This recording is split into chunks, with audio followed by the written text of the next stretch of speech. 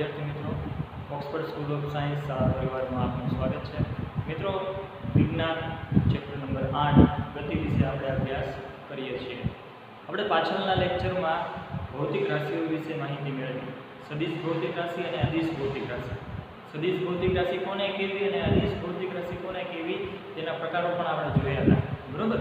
તો મિત્રો, આપણને એક પ્રશ્ન એવો થાય કે અહીંયા જે આપણે ભૌતિક રાશિઓ વિશે સમજ્યા છે, બરોબર, કે સદિશ કોને કેવી, અદિશ કોને કેવી, પણ આ હકીકતે ભૌતિક રાશિ એટલે એ શબ્દનો અર્થ શું થાય એ જે આપણને ખ્યાલ નથી. તો આપણે પહેલાં એક ખ્યાલ મેળવવો પડે કે ભૌતિક રાશિ હકીકતે છે શું, કોને ભૌતિક રાશિ કહેવી. તો એ જ બેસિક કન્સેપ્ટનો આપણે ખ્યાલ મેળવી લઈએ. ચાલો જોઈએ અત્યારે ભૌતિક રાશિ કોને કહેશું મિત્રો. તો કે ભૌતિક વસ્તુઓ અને તેની સાથે બનતી ઘટનાઓ જેની મદદથી વર્ણવી શકાય એને ભૌતિક રાશિ કહેવાય છે. ભૌતિક વસ્તુઓ હોય, ભૌતિક વસ્તુઓ સાથે જે કંઈ ઘટના બનતી હોય, બરોબર, એનું વર્ણન જેની મદદથી કરી શકાય આપણે એને ભૌતિક રાશિ તરીકે ઓળખવામાં આવે છે. તો અહીંયા આપણે એક્ઝામ્પલ લેવું હોય તો આમાં એક્ઝામ્પલ તરીકે શું લઈ શકાય? આપણે કીધું ને કે ભૌતિક રાશિ આને કહી શકાય, બરોબર, કે ભૌતિક વસ્તુઓ સાથે બનતી ઘટનાઓ છે એનું વર્ણન જેની મદદથી કરી શકે તેને ભૌતિક રાશિ કહી શકાય. તો એને એક્ઝામ્પલમાં આપણે એક ટ્રેનનું એક્ઝામ્પલ લઈએ, બરોબર. તો ધારી લો કે આપણે કોઈ એક ટ્રેન અત્યારે સૂર્યપથ ઉપર ગતિ કરી રહી છે, બરોબર. હવે આ જે ટ્રેન છે એ ટ્રેન જ્યારે ગતિ કરતી હોય ત્યારે એણે અમુક અંતર કાપેલું હશે, બરોબર. સાથે સાથે તેણે અંતર કાપવાના સાથે થોડું સ્થાનાંતર પણ કરેલું હશે. હવે એક ટ્રેન છે, ટ્રેને સ્થાનાંતર કર્યું હશે તો એને ચોક્કસ સમયગાળામાં અમુક સ્થાનાંતર કર્યું હશે. ઉપરાંત એ અમુક વેગ સાથે ગતિ કરતી હશે, બરોબર. તેમજ સ્વાભાવિક છે કે એ ટ્રેન છે એ એક જ ઝડપ અથવા એક જ વેગથી તો કંઈ જવાની નથી. તેનો વેગ પહેલાં ધીમો હોય, પછી ધીમે ધીમે કરતો હોય એનો વેગ વધતો જાય, બરોબર. એટલે કે ટ્રેન એ વધતા જતા વેગ સાથે ગતિ કરતી હશે અને વેગમાં ઉત્તરોત્તર વધારો કે ઘટાડો થતો હોય તો મિત્રો એને પ્રવેગ કહેવાય છે. એટલે કે આપણે એમ કહી શકીએ કે ટ્રેન ગતિ કરતી હોય ત્યારે તેને અમુક ઝડપ અથવા અમુક વેગ સાથે ગતિ કરેલી હશે. ઉપરાંત એને અમુક અંતર કાપ્યું હશે. અંતર કાપવાની સાથે તેનું સ્થાનાંતર થયું હશે અને એ ટ્રેનની ગતિ છે એ પ્રવેગી ગતિ છે. તો અહીંયા જે ટ્રેનનું એક્ઝામ્પલ લીધું છે મિત્રો, એ ટ્રેનના એક્ઝામ્પલમાં કેટલી બધી ભૌતિક રાશિઓનો સમાવેશ થયો, બરોબર. એક તો ઝડપ, પછી બીજો વેગ, ત્રીજું અંતર, ચોથું સ્થાનાંતર, ત્યારબાદ પ્રવેગ. તો અહીંયા જે બધાની આપણે જરૂર પડે છે એ ટ્રેનની ગતિનું વર્ણન કરવા માટે આજે આપણે કીધું કે વેગ, પ્રવેગ, અંતર, સ્થાનાંતર, પ્રવેગ એ બધાનું આપણે ટ્રેનની ગતિ માટે વર્ણન કરવા માટે જરૂર પડે છે. તો આવી જે બધી રાશિઓ છે એને ભૌતિક રાશિઓ તરીકે ઓળખવામાં આવે છે. તો ભૌતિક રાશિ એટલે એ કન્સેપ્ટ આપણું અહીંયા ક્લિયર થાય. તો અહીંયા ભૌતિક રાશિની જે આપણે વ્યાખ્યા આમ તો કહી ન શકાય એ રીતના વ્યાખ્યા બને, પણ આપણે વ્યાખ્યા એ રીતના લખી છે. ભૌતિક રાશિની વ્યાખ્યામાં સૌથી પહેલાં એક શબ્દ આવે છે, જો વ્યાખ્યામાં ભૌતિક વસ્તુઓ એવો શબ્દનો ઉપયોગ થયો છે. તો મિત્રો, આ ભૌતિક વસ્તુઓ એટલે શું મળે, બરોબર, એને સમજવું પડે. ભૌતિક વસ્તુઓ સમજીએ એટલે ભૌતિક રાશિ સમજાય છે. ભૌતિક વસ્તુ કોને કેવી? તો જોવો જોઈએ, ભૌતિક વસ્તુ માટે આપણે આમ કહી શકીએ કે આપણી આજુબાજુ તેમજ વિશ્વમાં જોવા મળતી બધી જ સ્થૂળ વસ્તુઓ એટલે કે નિર્જીવ વસ્તુ, જેમાં જીવ નથી તેવી દરેક વસ્તુ આપણી આજુબાજુમાં ઘણી બધી તમે નજર નાખશો તો વસ્તુ જોવા મળશે. જેમાં જીવ નથી તે નિર્જીવ કહેવાય અને નિર્જીવ વસ્તુ બધી સ્થૂળ વસ્તુ છે, બરોબર. તો આપણી આજુબાજુ તેમજ વિશ્વમાં જોવા મળતી બધી જ સ્થૂળ વસ્તુઓને ભૌતિક વસ્તુઓ કહેવાય, બરોબર. તો આ આપણને ખબર પડી ગઈ ભૌતિક વસ્તુઓ એટલે શું, બરોબર. ભૌતિક વસ્તુઓ આપણને ખબર પડે એટલે ભૌતિક રાશિ શું છે એ જ ખબર પડી જાય, બરોબર. તો ફરી એક વખત વ્યાખ્યા તમે વાંચો તો ભૌતિક રાશિ એટલે તમને ખબર પડી ગઈ. આપણને ભૌતિક વસ્તુ એટલે હવે ખબર પડી. તો વ્યાખ્યા શું કહે છે કે ભૌતિક વસ્તુઓ અને તેની સાથે બનતી ઘટનાઓ એટલે કે સ્થૂળ વસ્તુઓ હોય એની સાથે જે કંઈ ઘટના બનતી હોય અને એ બધી ઘટનાઓ છે એ ઘટનામાં આપણે ટ્રેનનું એક્ઝામ્પલ એ લીધું, બરોબર. તો એ બધી ઘટનાઓ છે જેની મદદથી વર્ણવી શકાય એને ભૌતિક રાશિ કહે છે. અને ભૌતિક રાશિમાં મેં તમને કીધું અત્યારે ટ્રેનના એક્ઝામ્પલમાં ઝડપ, વેગ, અંતર, સ્થાનાંતર, પ્રવેગ આ બધી જ જરૂર પડે છે. ટ્રેનની ગતિનું વર્ણન કરવા માટે આ બધાની જરૂર પડે છે. તો આ જેની જરૂર પડી છે આપણે જેની વાત કરીએ અંતર, વેગ, સ્થાનાંતર, પ્રવેગની વિશે, બરાબર, તો એ બધી જ વસ્તુઓ ભૌતિક રાશિ તરીકે ઓળખવામાં આવે છે. ત્યારબાદ વિદ્યાર્થી મિત્રો આપણે અમુક એકમો વિશે પણ વાત કરી હતી, બરાબર. તો ક્યાં ક્યાં એકમો વિશે વાત કરી હતી? અંતર માટે મીટર, બરાબર, સ્થાનાંતર માટે પણ મીટર, વજન માટે કિલોગ્રામ. તો આ બધા એકમો આપણે દર્શાવ્યા હતા. તો આ એકમ એટલે શું? પ્રશ્ન આપણને થાય ને કે ભાઈ એકમ એટલે શું? હાલો દર્શાવી દીધા. અંતર માટે મીટર છે, વજન માટે કિલોગ્રામ છે, બરાબર, સમય માટે સેકન્ડ છે. તો આ હકીકતે જેને આપણે એકમ કહીએ છીએ એ એકમ છે શું? બરાબર. તો એકમ વિશેની પણ આપણે માહિતી મેળવી લઈએ. તો કે ભૌતિક રાશિનું વર્ણન જેની મદદથી કરી શકાય તેને એકમ કહે છે. આ જે કંઈ ભૌતિક રાશિઓ છે, ભૌતિક રાશિમાં મેં તમને બધાના ઉદાહરણો સહિત ટ્રેનના એક્ઝામ્પલમાં કીધું કે આટલી ભૌતિક રાશિનો એમાં સમાવેશ થાય. તો એ જે ભૌતિક રાશિઓ છે એ ભૌતિક રાશિઓનું વર્ણન જેની મદદથી કરી શકાય છે તેને એકમ તરીકે ઓળખવામાં આવે છે, બરાબર. તો કેવા એકમો? બરાબર, ભૌતિક રાશિનું વર્ણન જેની મદદથી કરી શકાય તેને એકમ આપણે કીધું છે. તો એમાં શેનો સમાવેશ થાય? ઘણા બધા એકમો હોય જેમાંથી માત્ર મેં 3 ધ્યાનમાં લીધા છે, બરાબર. તો આ બધી ભૌતિક રાશિઓ છે, બરાબર, એ બધી ભૌતિક રાશિઓના એકમો અહીંયા છે. તો આ એક્ઝામ્પલ તરીકે આપણે લઈએ. ફોર એક્ઝામ્પલ તરીકે આ ભૌતિક રાશિ છે એનો એકમ સામે લખ્યો છે. કઈ ભૌતિક રાશિ? પેલી ભૌતિક રાશિ આપણે સમય લઈએ. સમય પણ ભૌતિક રાશિ છે, બરાબર, સ્થૂળ વસ્તુ છે. એટલે કે સમય છે, સમયનો નાનામાં નાનો એકમ સેકન્ડ છે, એનાથી મોટો એકમ મિનિટ છે, એનાથી મોટો એકમ કલાક છે. ઉપરાંત બીજી ભૌતિક રાશિની વાત કરીએ, વજન. વજન એ ભૌતિક રાશિ જ છે, બરાબર. તો વજન નામની ભૌતિક રાશિ છે એનો એકમ ગ્રામ થશે, એનાથી મોટો એકમ કિલોગ્રામ થશે. ત્યારબાદ ત્રીજા નંબરની ભૌતિક રાશિ અંતર ભૌતિક રાશિ છે એનો એકમ નાનો એકમ મીટર, મોટો એકમ કિલોમીટર થશે. તો મિત્રો અહીંયા આ બેઝિક કન્સેપ્ટ આપણો થયો જે આપણે અહીંયા સાઈડમાં રાખ્યો છે, બરાબર, જે તમે વાંચી શકો અને તમારી ટેક્સ્ટ બુકમાં તમે ઉતારી પણ શકો માહિતી માટે, ઇન્ફોર્મેશન માટે, જેની આપણે જરૂર પડશે. કારણ કે હવે આપણે જેમ ફિઝિક્સને આગળ વધતા જશું, ભણતા જશું, તેમ એકમ આવશે. ત્યારબાદ ભૌતિક રાશિઓ ઘણી બધી સામે આવશે, ઘણા બધા સૂત્ર આવશે, એને આધારિત ઘણા બધા દાખલાઓ પણ આવશે. જે બધી જ વસ્તુઓ ખૂબ જ અગત્યની છે અને બુકમાં આપણે ઉતારતી જવાની છે. અને બીજું એ કહેવાનું મિત્રો, બોર્ડમાં છે જે કંઈ આપણે લખશું અને એ દરેક વસ્તુઓ તમને જે યોગ્ય લાગે, દાખલા તો લખવાના જ છે, પણ એ ઉપરાંતની જે કંઈ યોગ્ય વસ્તુ લખતી હોય તમારે એ તમારી બાકી બુકમાં તમારે નોટ કરી લેવાનું રહેશે, બરાબર.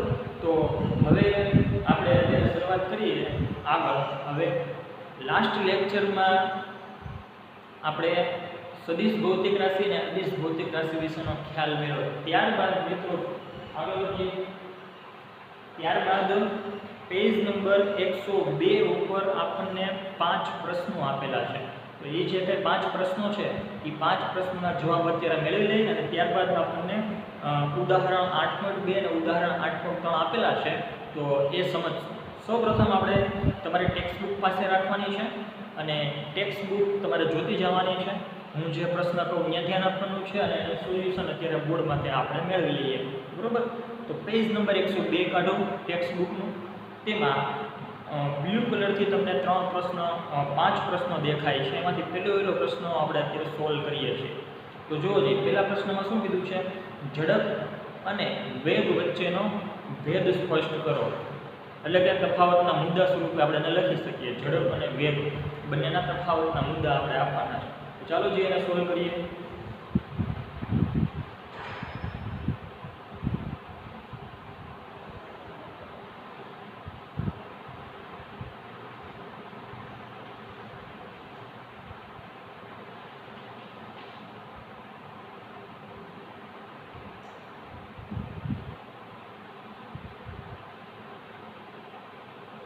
મિત્રોના તફાવતના મુદ્દા આપણે આપવાના છે. તો તફાવતના મુદ્દામાં સૌપ્રથમ એની વ્યાખ્યા લખશું આપણે.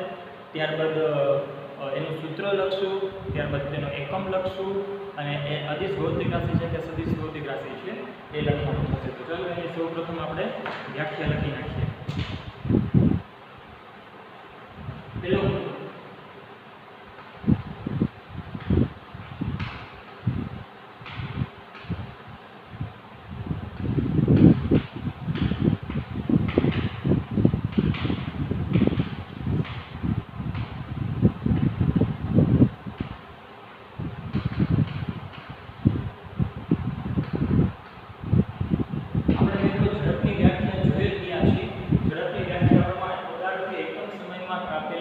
અંતરને ઝડપ કહેવામાં આવે છે. ત્યારબાદ વેગની વ્યાખ્યા શું જોઈ હતી આપણે મિત્રો યાદ છે? પદાર્થે એકમ સમયમાં કરેલા સ્થાનાંતરને વેગ કહે છે. જો મિત્રો આ જે ઝડપ છે, ઝડપમાં અંતરનો ઉલ્લેખ થયો છે અને વેગમાં સ્થાનાંતરનો ઉલ્લેખ થયો છે. બરોબર. હવે ત્યારબાદ એનો આપણે બીજા મુદ્દામાં સૂત્ર નોંધીએ. બીજા મુદ્દામાં ઝડપનું સૂત્ર શું થાય મિત્રો? ઝડપ બરાબર અંતરના છેદમાં સમય. બરોબર. અને ત્યારબાદ વેગ છે, વેગનું સૂત્ર શું થાય? જોજી અહીંયા અંતર છે માટે અંશમાં અંતર આવશે અને અહીંયા સ્થાનાંતર છે માટે અંશમાં સ્થાનાંતર આવશે. વેગ બરાબર સ્થાનાંતર છેદમાં સમય. હવે ત્રીજો મુદ્દો આપણે લખીએ મિત્રો. જો મિત્રો અંતર છે એ અંતર કાં તો ધન હોય કાં તો શૂન્ય હોય. અંતર કોઈ દી ઋણ ન કાપાય. આપણે એમ કહીએ કે અહીંથી મેં રાજકોટ સુધી હું ગયો, અહીંથી અમરેલીથી હું રાજકોટ સુધી ગયો તો મેં 120 કિલોમીટર અંતર કાપ્યું છે. તો એ ધન અંતર થયું. અથવા હું અહીંયા ઊભો છું તો મેં અંતર કાપ્યું જ નથી, એટલે મેં અંતર નથી કાપ્યું, એટલે કે એ અંતર શૂન્ય થયું. બરોબર. એટલે કે અંતર કાં તો ધન હોય કાં તો શૂન્ય હોય. અંતર કોઈ દી ઋણ ન હોય. તો એ આપણે લખી નાખીએ અહીંયા.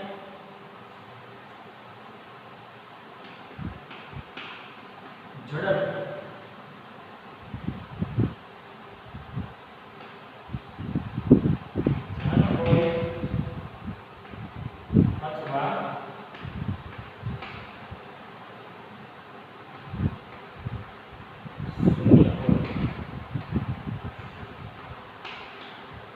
પરંતુ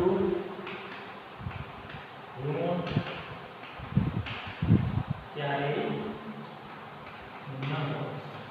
મિત્રો મેં અંતરના સંદર્ભની વાત કરી. મેં તમને અંતરના સંદર્ભમાં કીધું કે અંતર ધન હોય અથવા શૂન્ય હોય.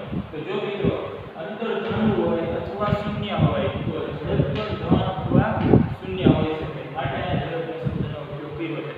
એ અંતર કોઈની કાપેલ હોય તો ઋણ ન હોય. બરોબર. માટે ઝડપ પણ ક્યારેય ઋણ ન થાય. તો સેમ એ જ ત્રીજો મુદ્દો રાખીએ વેગ વિશે. તો મિત્રો વેગના સૂત્રમાં સ્થાનાંતરની વાત આવી છે. બરોબર. તો સ્થાનાંતર કોઈ પણ હોઈ શકે. બરોબર. સ્થાનાંતર ધને હોય, ઋણે હોય અને શૂન્ય પણ હોય. માટે અહીંયા વેગના સૂત્રમાં સ્થાનાંતર આવે છે અને સ્થાનાંતરમાં તમને કીધું કે સ્થાનાંતર ધને હોય, ઋણે હોય અને શૂન્ય પણ હોય. બરોબર. તો વેગ પણ એ જ રીતના બનશે. વેગ પણ ધન હોઈ શકે, ઋણ હોઈ શકે અને શૂન્ય પણ હોઈ શકે. તો લખી નાખીએ વેગ એ ધન, ઋણ કે શૂન્ય હોઈ શકે. ત્યારબાદ મિત્રો આપણે આની પહેલાના લેક્ચરમાં સદિશ ભૌતિક રાશિ અને અદિશ ભૌતિક રાશિ બે શીખા. બરોબર. તો ઝડપ છે એ અદિશ ભૌતિક રાશિ છે, કેમ કે એમાં માત્ર મૂલ્યની જરૂર છે, દિશાની જરૂર નથી. પરંતુ વેગ છે એ સદિશ ભૌતિક રાશિ છે, જેમાં મૂલ્યની અને દિશાની બેની જરૂર પડે છે. તો ચોથો પોઈન્ટ આપણે એ રીતના લખી શકીએ. ઝડપ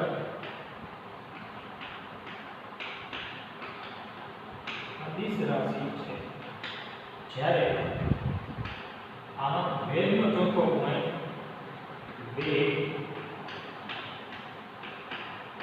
સદિશ રાશિ. તો મિત્રો આપણો પહેલા નંબરનો જે કંઈ પ્રશ્ન હતો એ પહેલા નંબરના પ્રશ્નનું સોલ્યુશન આપણને આ રીતના મળશે. બરોબર. ત્યારબાદ ટેક્સ્ટ બુકમાં આપણને બીજા નંબરનો પ્રશ્ન પૂછેલો છે. બરોબર. શું પૂછ્યો છે? કઈ પરિસ્થિતિમાં વસ્તુના સરેરાશ વેગ અને સરેરાશ ઝડપના મૂલ્ય સમાન થાય?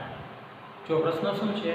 કઈ પરિસ્થિતિમાં વસ્તુનો સરેરાશ વેગ અને સરેરાશ ઝડપના મૂલ્ય સમાન થાય? તો કે કોઈ પદાર્થ છે એ સુરેખ પથ પર ગતિ કરતો હોય, બરોબર, ત્યારે જ માત્ર એ સરેરાશ વેગ અને સરેરાશ ઝડપના મૂલ્ય સમાન થાય. બીજા પ્રશ્નનો જવાબ આપણે એમ લખી શકીએ.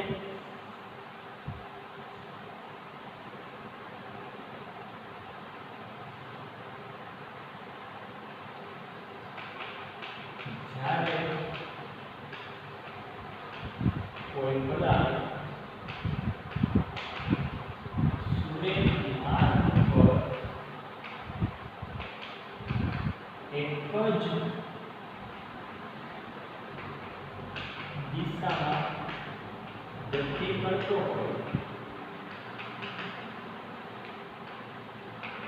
ત્યારે તેના સરેરાશ ઝડપ અને સરેરાશ વેગના મૂલ્યો એટલે કે સુરેખ માર્ગ ઉપર ગતિ કરતો હોય ત્યારે શું કામ? તો કે સુરેખ માર્ગ ઉપર જ્યારે પદાર્થ ગતિ કરતો હોય, એક જ દિશામાં ગતિ કરતો હોય, ત્યારે તેણે કાપેલું અંતર અને તેનું સ્થાનાંતર બંને સમાન થશે. જો અંતર અને સ્થાનાંતર સમાન હોય તો ઝડપ અને વેગ એ બંને એ પદાર્થનો સમાન થાય, એટલે કે સરેરાશ ઝડપ અને સરેરાશ વેગ પણ સમાન થશે. બરોબર. તો એ આપણો બીજા નંબરના પ્રશ્નનો જવાબ.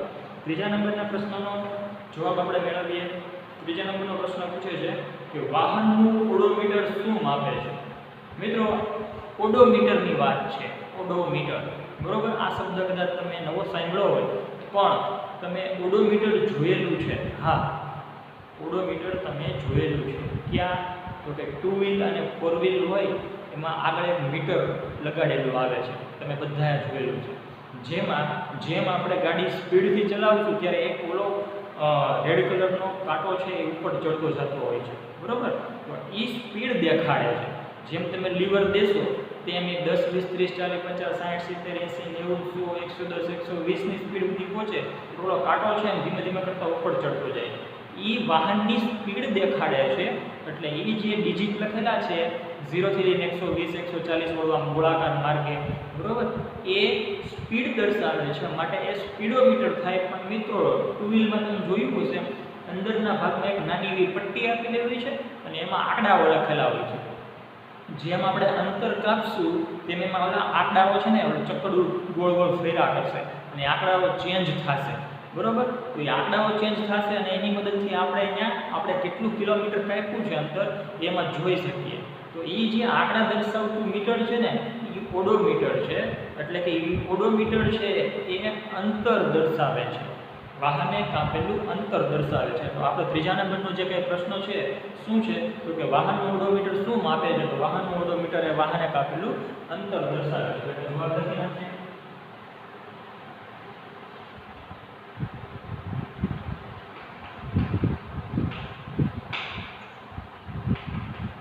વાહનનું ઓડોમીટર એ વાહને કાપેલું અંતર દર્શાવે. ત્યારબાદ ચોથા નંબરનો પ્રશ્ન આપણે જોઈએ. ચોથા નંબરનો પ્રશ્ન શું કહે છે? જ્યારે કોઈ વસ્તુ નિયમિત ગતિ કરતી હોય ત્યારે તેનો ગતિપથ કેવો દેખાય? જો વસ્તુ કેમ ગતિ કરે છે? તો કે નિયમિત ગતિ કરે છે. નિયમિત ગતિ કરે છે એટલે એના વેગમાં કોઈ પણ ફેરફાર થશે નહીં, બરોબર. નિયમિત ગતિ કરતી હોય ત્યારે તેનો ગતિમાર્ગ છે એ સ્થૂલે થશે. એટલે કે જ્યારે પણ કોઈ પણ પદાર્થ નિયમિત ગતિ કરતો હશે ત્યારે તેનો ગતિમાર્ગ છે એ સુરેખ દેખાશે. તો તેનો ગતિપથ કેવો દેખાશે? તો કે તેનો ગતિપથ સુરેખ દેખાશે. તેનો જવાબ લખી નાખીએ આપણે.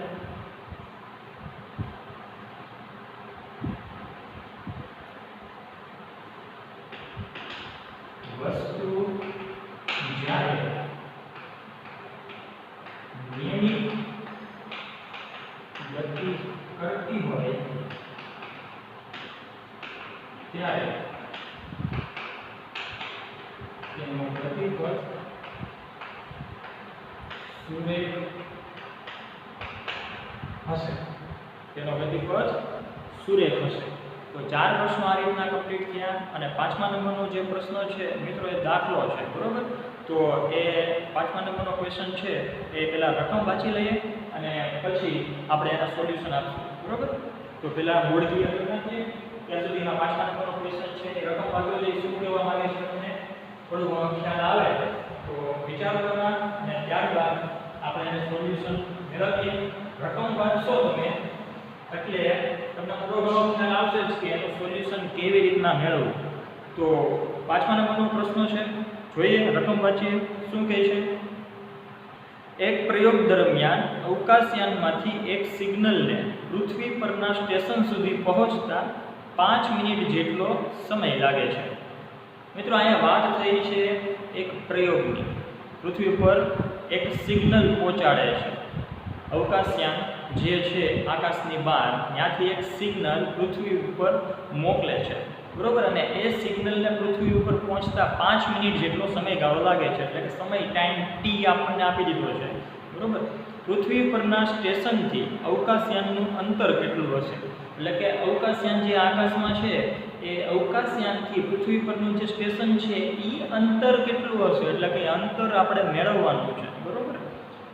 સિગ્નલનો વેગ પ્રકાશના વેગ જેટલો જ છે એમ કીધું કે સિગ્નલ જે વેગથી આવે છે એ વેગ પ્રકાશના વેગ જેટલો જ છે. ને પ્રકાશનો વેગ કેટલો છે જો મિત્રો તમને ન ખબર હોય તો કહી દઉં કે પ્રકાશનો વેગ શૂન્ય અવકાશમાં પ્રકાશનો વેગ 3 × 10⁸ મીટર પ્રતિ સેકન્ડ જેટલો છે, જે આપણને આમાં ઓલરેડી આપી દીધેલું છે, બરોબર.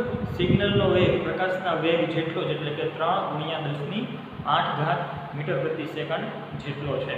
તો મિત્રો અહીંયા આપણે આ પ્રશ્નમાં શું મેળવવાનું છે તો કે અવકાશયાન છે એ અવકાશયાનથી જમીન ઉપર આવેલું જે સ્ટેશન છે એ સ્ટેશનનું અંતર કેટલું છે, એ બંને વચ્ચેનું અંતર, અવકાશયાન અને સ્ટેશન વચ્ચેનું અંતર મેળવવાનું છે.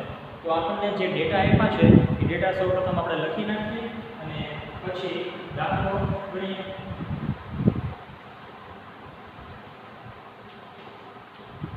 શું આપ્યું છે? સૌપ્રથમ રકમમાં આપણને સમય કીધેલો છે, સમય આપ્યો છે, સમય જેને ટાઈમ ટી કહીએ છીએ અને સમય કેટલો આપ્યો છે મિત્રો? 5 મિનિટ. અને મિત્રો તમને ખબર છે 1 મિનિટમાં 60 સેકન્ડ હોય તો 5 મિનિટમાં કેટલી સેકન્ડ થશે? 5 × 60 એટલે કે કેટલા થાય? 300. એટલે કે 5 × 60 સેકન્ડ બરાબર 6 × 30 300 સેકન્ડ, બરોબર. ત્યારબાદ આપણને શું કીધું છે તો કે જે એ સિગ્નલ છે સિગ્નલનો વેગ પ્રકાશના વેગ જેટલો છે, બરોબર. તો સિગ્નલનો વેગ પણ લખી નાખીએ આપણે. સિગ્નલનો વેગ જેને v વડે દર્શાવશું અને એ કેટલો કીધો છે તો કે 3 × 10⁸ મીટર પ્રતિ સેકન્ડ જેટલો છે, બરોબર. આપણે ગોતવાનું છે શું તો કે આપણે એ અવકાશયાન અને પૃથ્વી પરનું જે સ્ટેશન છે બંને વચ્ચેનું અંતર મેળવવાનું છે. એટલે કે અંતર આપણે મેળવવાનું છે એટલે ઇક્વેશનમાં થશે. તો મિત્રો આનું સોલ્યુશન આપણે મેળવી લઈએ છીએ. હવે આપણે વેગનું સૂત્ર જાણીએ છીએ. વેગ બરાબર શું થાય મિત્રો? વેગ બરાબર સ્થાનાંતરના છેદમાં સમય થાય પણ આપણે અંતર કમ લઈ શકીએ. અંતરના છેદમાં સમય. તો આપણે ગોતવાનું છે અંતર. તો અહીંયા જે અંતર છે અંતરને સૂત્રનો કર્તા બનાવી દઈએ. તેથી અંતર બરાબર શું થશે તો કે વેગ અને સમયનો ગુણાકાર. વેગ ગુણ્યા સમય. વેગ કેટલો આપ્યો છે?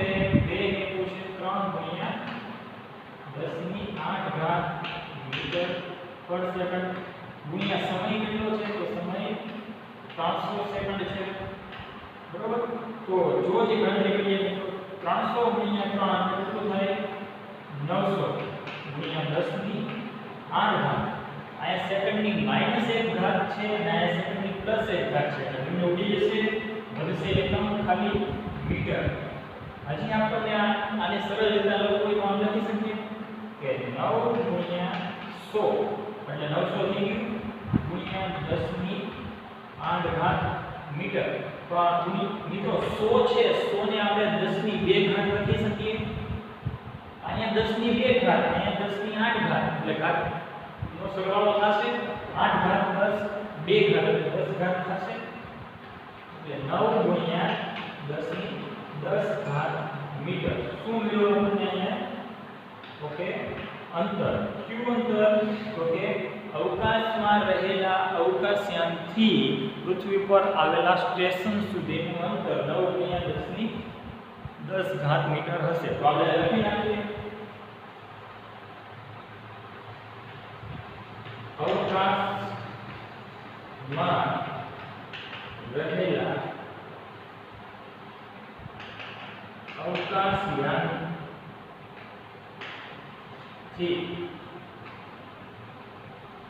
પૃથ્વી પર આવેલા સ્ટેશન સુધીનું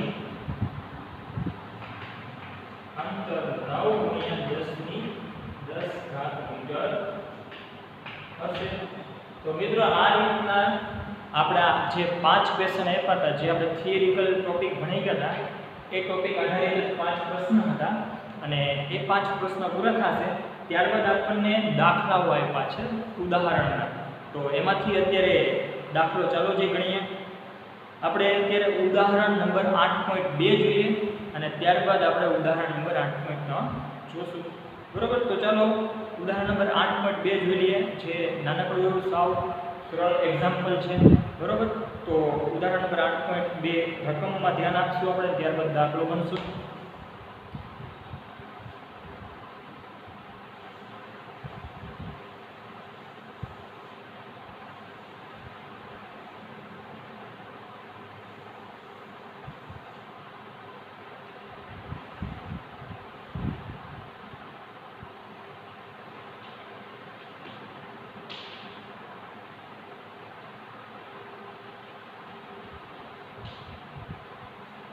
તો રકમમાં ધ્યાન આપીએ મિત્રો.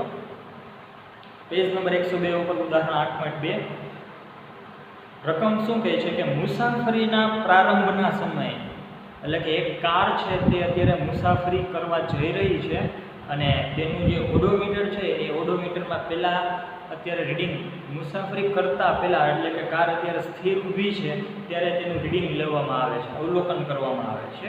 એટલે કે મુસાફરીના પ્રારંભના સમયે કારના ઓડોમીટરનું અવલોકન, એટલે કે ઓડોમીટરમાં જોયું ત્યારે 2000 કિલોમીટર દેખાણું, 2000 કિલોમીટર છે. અને મુસાફરી પછી એ કારે કરી નાખી. બરોબર. અને મુસાફરી કરીને પછી ફરીથી પાછું એ ઓડોમીટરમાં જો એને અંતર માપ્યું તો કેટલું જોવા મળે છે? અને મુસાફરીના અંતમાં 2400 કિલોમીટર દર્શાવે છે. આનો અર્થ શું થયો? તો કે કારે કેટલા કિલોમીટર અંતર કાપ્યું હોય છે? શરૂઆતમાં 2000 કિલોમીટર હતું અને મુસાફરીના અંતમાં 2400 કિલોમીટર. બરોબર. તો કેટલું થયું? 2400 - 2000 એટલે 400 કિલોમીટર જેટલું કારે અંતર કાપેલું હશે. બરોબર. ત્યારબાદ રકમમાં આગળ વધીએ. શું કહે છે? જો આ મુસાફરી દરમિયાન લાગતો સમય 8 કલાક હોય તો કારની સરેરાશ ઝડપ કિલોમીટર પ્રતિ કલાકમાં અને મીટર પ્રતિ સેકન્ડમાં ગણો. બરોબર. તો આપણે કારની સરેરાશ ઝડપ મેળવવાની છે.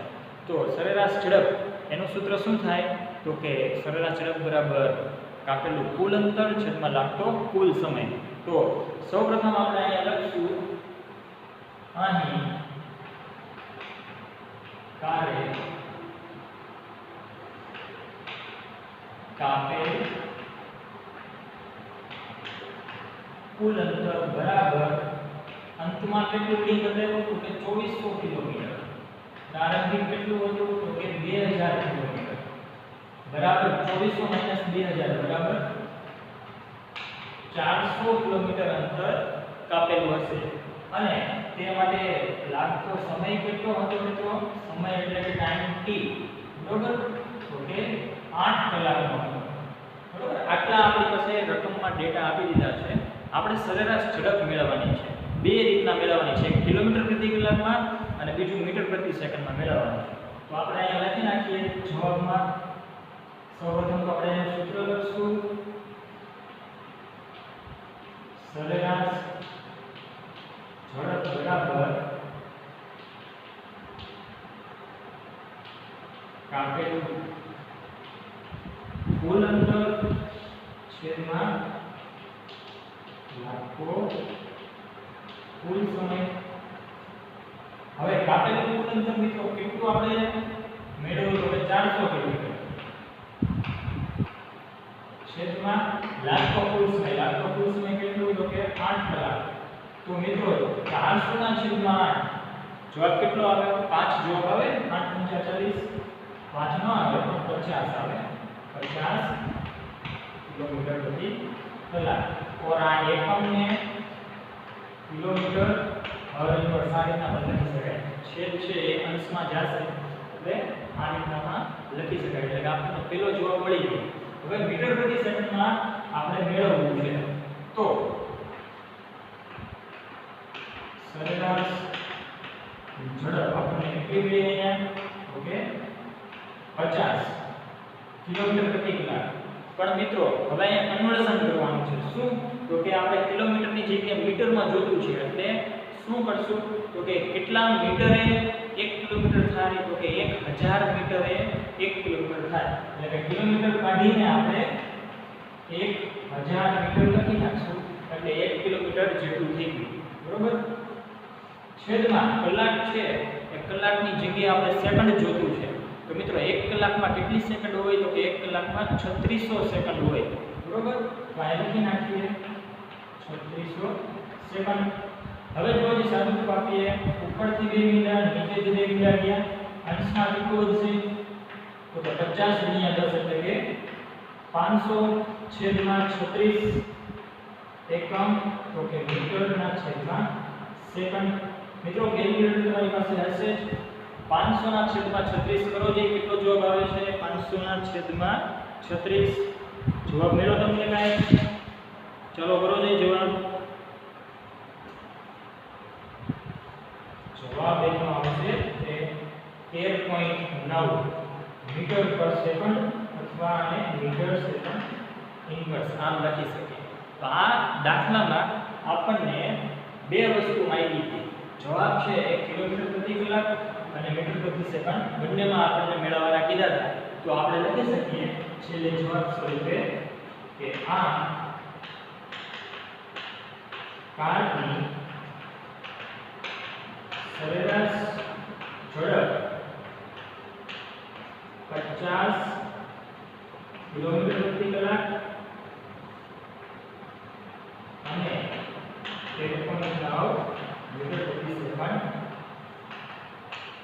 જેટલી હશે. તો મિત્રો અહીંયા આપણું ઉદાહરણ 8.2 કમ્પ્લીટ થશે અને ઉદાહરણ નંબર 8.3 અને સ્વાધ્યાયના અન્ય બે દાખલાઓ છે એ આપણે નેક્સ્ટ લેક્ચરમાં જોઈશું. આભાર. જય હિન્દ, જય ભારત.